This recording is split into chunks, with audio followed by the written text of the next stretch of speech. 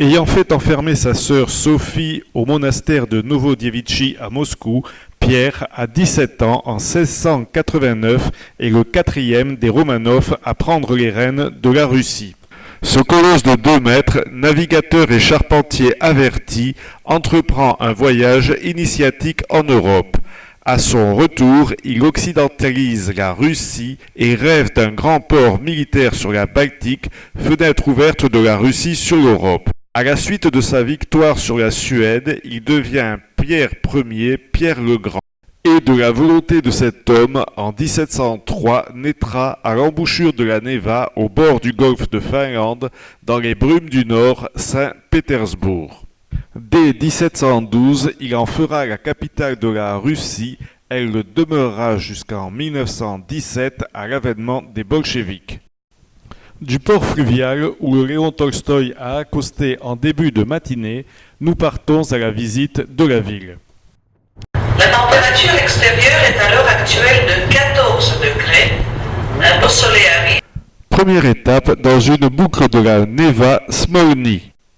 Entrepôt de poids, Smola en russe pour le calfatage des navires sous Pierre Ier, puis sous Élisabeth, résidence de campagne, cet ensemble de style baroque, cathédrale et bâtiments monastiques, érigé par l'architecte Rastrelli, date de la fin du XVIIIe. Il devint par la suite pensionnat pour jeunes filles de la noblesse. C'est en ces lieux, en octobre 1917, que Lénine proclama le pouvoir des soviets.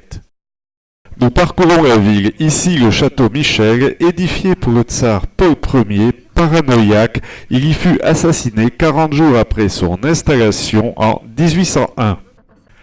Après le château Michel ou château Rouge, nous faisons halte à l'église Saint-Sauveur sur le sang versé.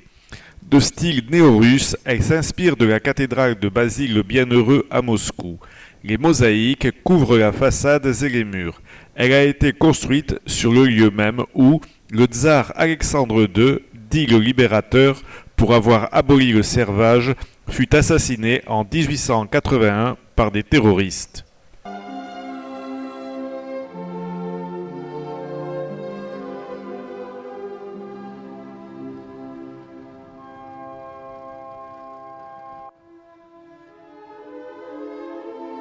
Nous poursuivons notre visite et arrivons devant la monumentale cathédrale Saint-Isaac, œuvre d'Auguste de Montferrand.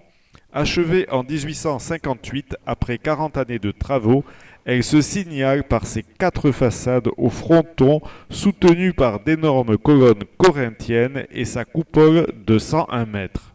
Sur la place, la statue équestre de Nicolas Ier, petit-fils de la Grande Catherine. C'est lui qui affrontera les décembristes en 1825, au début de son règne. La place est bordée de palais, dont le palais Marie, siège de l'hôtel de ville de Saint-Pétersbourg.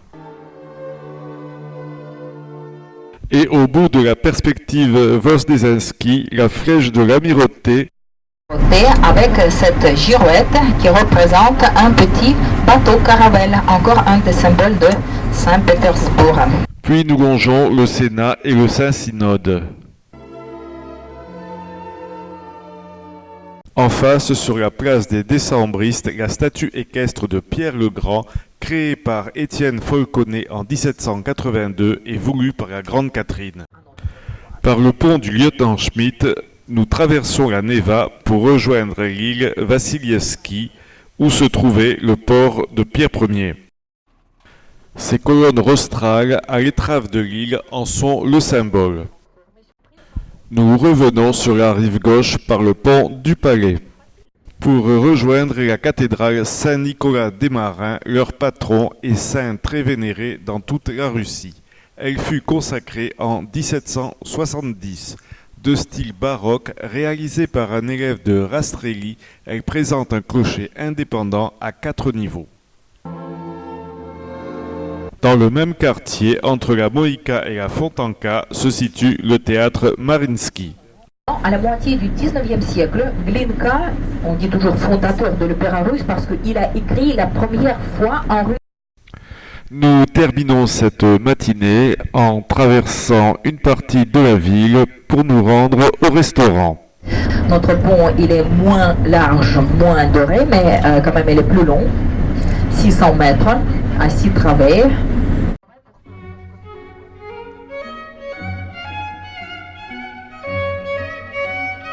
L'après-midi, pour notre promenade sur les canaux, nous embarquons sur la Neva devant le palais d'hiver, ancien emplacement de la maison pour passer l'hiver de Pierre le Grand en 1712.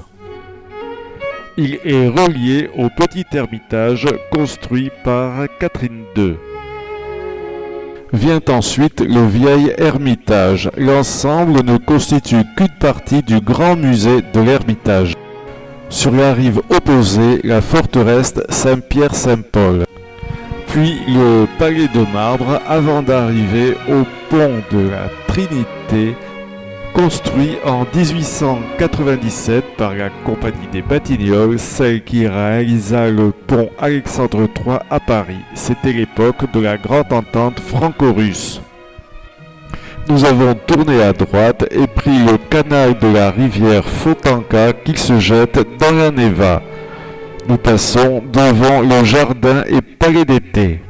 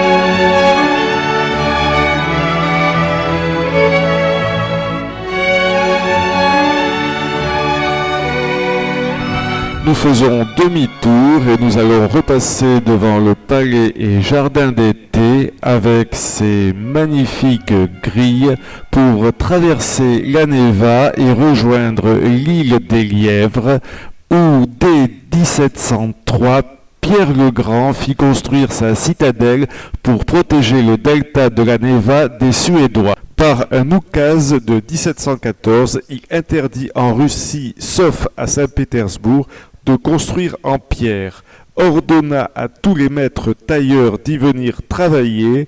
Chaque navire, chaque charrette entrant dans la ville devait apporter son lot de pierre. La forteresse servit également de prison. Pierre le Grand y fit incarcérer son fils pour conspiration. Elle accueilla comme hôte célèbre Dostoïevski.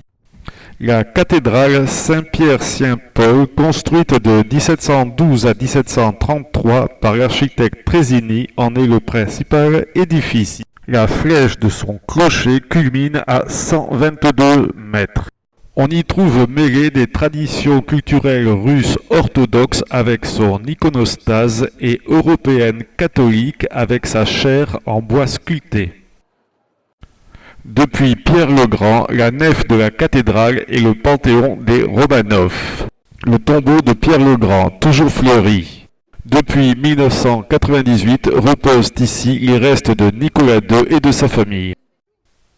Nous quittons la forteresse par la porte Saint-Jean en passant devant cette sculpture assez énigmatique de Pierre le Grand. Nous empruntons la perspective Nevski, puis les quais de la Neva, pour rejoindre notre hôtel flottant après cette journée bien chargée. Ce matin, nous visitons Tsarskoe Selo, le village du Tsar, situé dans les terres à 25 km de Saint-Pétersbourg. C'est Pierre Ier qui offrit à sa femme, la future Catherine I, cette ancienne métairie. Elle y fit construire un petit palais qui à sa mort revint à sa fille, la future impératrice Élisabeth I, qui confia à l'architecte Rastrelli le soin de le transformer en un palais fastueux d'un luxe baroque inouï. Il fut baptisé Palais Catherine en l'honneur de sa mère. Plus tard, c'est Catherine II, la Grande Catherine, qui grâce à son architecte favori, Cameron, l'embellira en ajoutant plusieurs pavillons, ponts et obélisques dans le parc. Alexandre Pouchkine y étudia 6 années au lycée impérial. La ville toute proche porte son nom. Détruit pendant la guerre 41-45, le palais a été entièrement reconstruit. La visite peut commencer.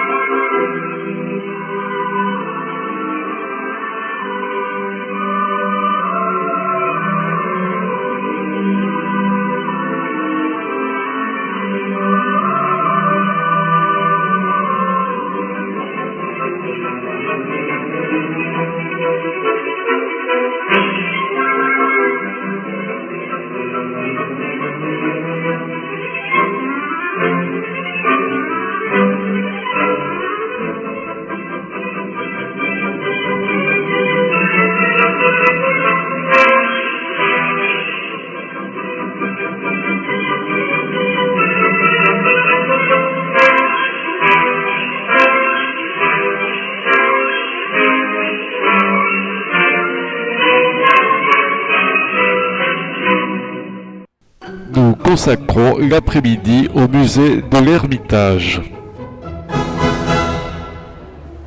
Nous pénétrons dans le palais d'hiver par l'escalier des ambassadeurs qui mènent aux grandes salles d'apparat.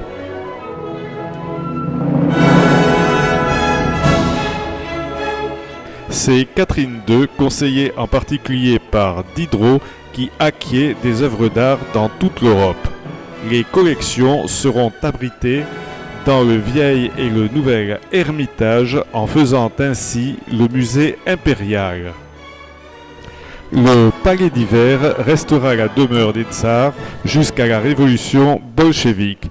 Après 1917, palais d'hiver et musée impérial devinrent musée d'État, donnant naissance à l'actuel Ermitage.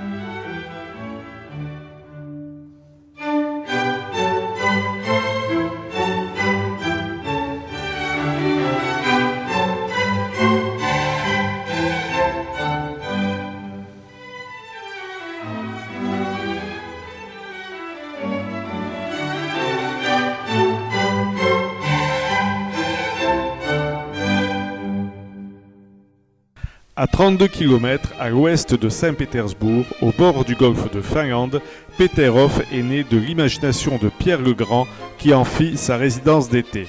De là, il pouvait contempler sa flotte de la Baltique. Les travaux de ce petit Versailles russe furent confiés à Jean-Baptiste Leblond, un élève de Lenôtre. La tsarine Élisabeth chargea Rastrelli de lui ajouter plusieurs ailes, des galeries et une chapelle. Détruit par les Allemands lors de leur retraite en 1944, sa reconstruction s'achève à peine. Outre ses dorures, Peterhof brille avant tout par la féerie de ses fontaines.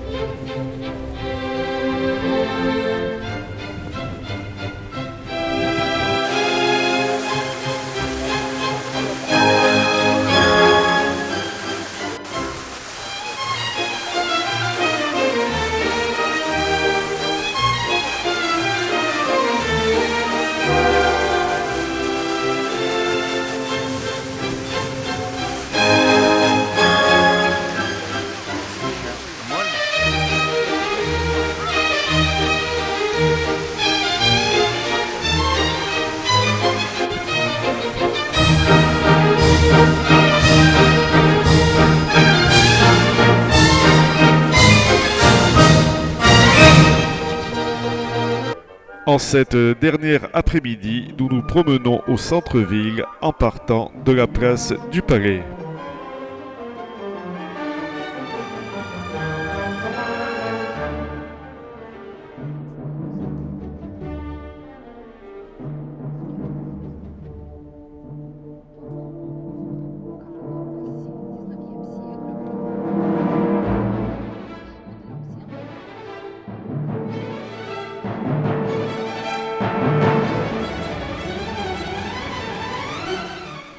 En passant sous l'arc de triomphe, célébrant les victoires russes sur l'armée napoléonienne, nous rejoignions la perspective Nevski, cœur de Saint-Pétersbourg.